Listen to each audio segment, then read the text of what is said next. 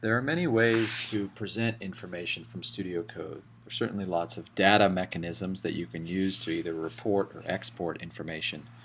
But it's also important to be able to present video information in unique ways. One of the most interesting ways to do that is with a tool that we offer called Combined Timelines.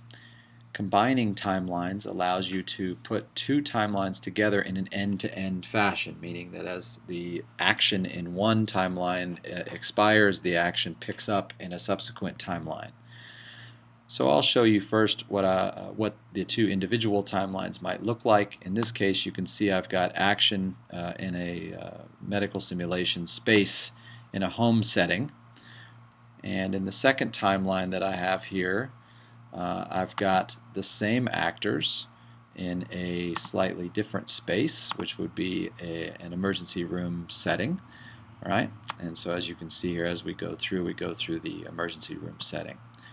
So for the purposes of this example, I'm going to show how to combine the two together in an end-over-end fashion. So you start with the File menu, and you go down to the Combine Timelines option.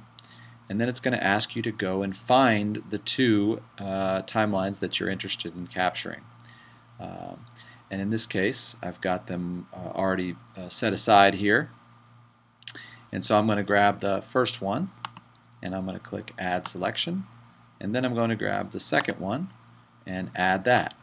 Now it's adding them in the order in which I've added them to the timelines window here. When I say Combine, it's going to ask me a name to save the combined timeline as. I'm going to save it to my desktop for now, and I'll just leave it called Combined Timeline, and I'll click Save. Well, now what you can see is that we've taken all of the coding as well as all of the video width, and in this case there was only coding in the second half.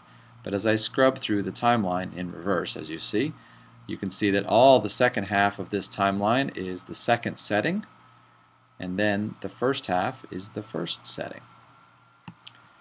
The same concept can be used with another protocol called stacking timelines.